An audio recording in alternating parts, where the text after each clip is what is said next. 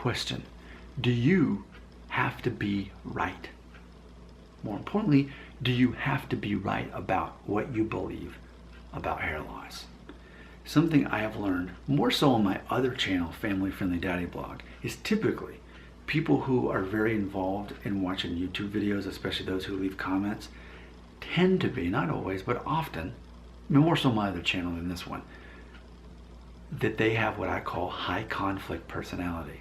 They're there to debate. They're there on the other channel to prove that I'm wrong, ignorant, or immoral. On that channel I talk about DNA tests, cultural perceptions, race, ethnicity, all that stuff. And so people want to prove me to be ignorant, wrong, or immoral. That's what their whole point often is on that channel, and I recognize that. On this channel, not so much. I don't think that. But I just want to make sure that you kind of check this for your own self. Having that, do you have a high conflict personality where ultimately it's important that you prove people wrong? Hopefully you've seen on my channel, I'm not here to prove anybody wrong, and I'm not here to prove myself right. I don't claim to be an expert. What do I regularly do? I ask for you to leave comments so that I can actually learn from you. I'm no expert, I'm just a communicator, and I'm a fake psychologist. And I say that as a joke because I never claim to be a psychologist. But I am basically the only YouTuber that is addressing hair loss from a psychological point of view. And it's like, this whole thing about like fapping, that's a thing that, fapping is what causes hair loss. No. As your body would know the difference between fapping versus the real thing.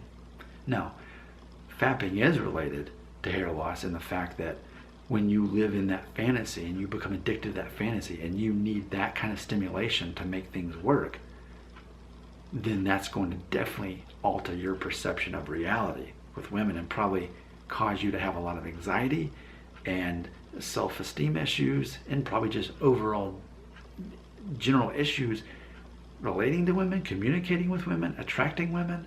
And that's all in here. And that's what matters to me, is addressing hair loss from those points of view. But if you're wanting to be right about what you believe and that's important to you, then it's probably going to be hard to stick with me on this channel, because I am so unorthodox in my approach about so many things. Even what I just said about fapping, very few people agree with me, but even now reports are coming out finally that there's definitely a link that guys today, most guys regularly are consuming pornography, especially younger guys. They are addicted to it. It's on their phone, and I've made a video warning you about this. If you're fapping to porn on your laptop, at least cover that window, because there's that episode of Black Mirror where they blackmail all these guys who got caught, or they was it a troll? What do you want to call it? They got blackmailed because someone recorded them fapping on their laptop. That could happen. Why in the world could that not happen? So, but guys like me don't have to worry about that, because I already know, beyond religious reasons, pornography is destructive to your male identity, and I know that. And I know that pornography today is not what it was even when I was a teenager. It is true that I'm one of the few living males in modern day that has never chosen to engage in pornography, whether it was a magazine or video. And that's rare, and I know that. But I think because of that, it helps me to recognize how destructive it is. And again, forget about religion in this video. Let's only talk about the psychology of that. So I'm bringing this up in this video because I think that is such a thing, because so many people will want to say, a little bit of porn is okay. No, not what we define porn to be today. And the way that pornography is addictive and the way it is that you need more of it and more intense versions of it and different versions of it to make things work. And that's just for fapping. So imagine what that's going to be like for the real thing. So does it matter to you that you are right on your views about hair loss? If so, this channel has got to be a challenge for you, because ultimately I'm not trying to keep you from going bald. I'm trying to keep you from sabotaging yourself, from thinking that you're less worthy as a man because you are balding, even though it's normal to be balding. But I think pornography only confirms this false idea with people that their looks is the thing that actually attracts women, when I know good and well that your looks are not the main thing attracting women.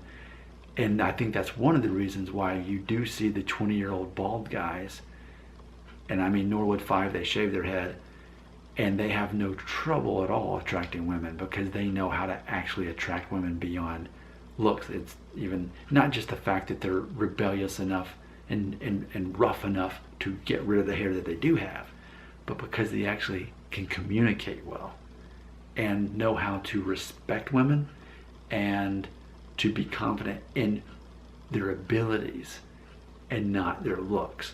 And so I didn't mean for this to be a video about pornography, but I think it definitely, if something's going to trigger a viewer, it's probably going to be a video like this, where I'm already saying, look, if it's important for you to be right about everything, then my channel is going to be very challenging for you, because ultimately, if you want to be right all the time, how are you ever going to get actual help when you actually need it? Let me close with this little joke, preacher joke. If you grow up Baptist like I did, you heard this joke like once a year. The preacher would tell this joke about how there was this big flood coming, and so as the water's rising, this man gets on the roof of his house, and somebody on a boat comes by and says, hey, jump in the boat, you can be saved. You're going to drown if you stay where you are. And the man on the roof says, no, the Lord will save me. And so the boat goes on. A couple hours later, a bigger boat comes. Hey, why don't you jump in? No, God will provide. Third boat arrives.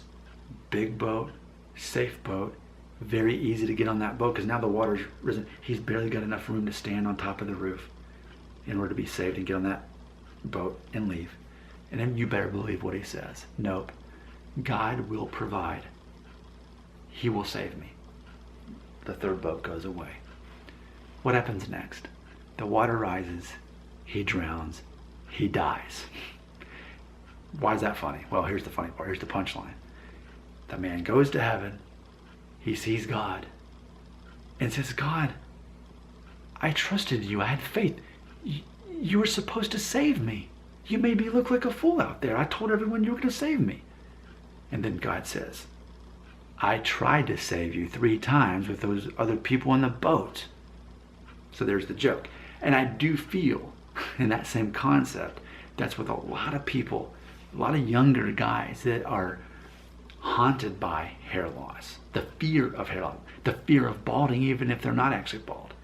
I think it happens to be that I'm one of those people in the boats saying, come over here. You can actually be saved from hair loss this way, psychologically, changing your perspective on things. And they're saying, no, I'm going to stay right here. I'm waiting until the physical cure for hair loss arrives. And then that's what I'm looking for. That's what I need. And imagine, and I just think this is a perfect example, because you'll end up living your whole life hoping that the physical cure for hair loss arrives, and it never does, and you'll die that way. You won't even live your whole life because you're so consumed by this. Meanwhile, check out my boat, check out everyone on my boat. We're the ones actually being saved and rescued from a life wasted worrying about if we ever will go bald, which many of us actually won't. And if we do, we think that our life is over. It's so much irony that we would waste so much time, energy, and money trying to prevent going bald and truly believe in the lie that society, the rest of the world, judges us and reduces us to hair loss the way that we may reduce ourselves to hair loss. That's really a crazy concept when you say it out loud. But remember, I am unorthodox when it comes to my approach in hair loss.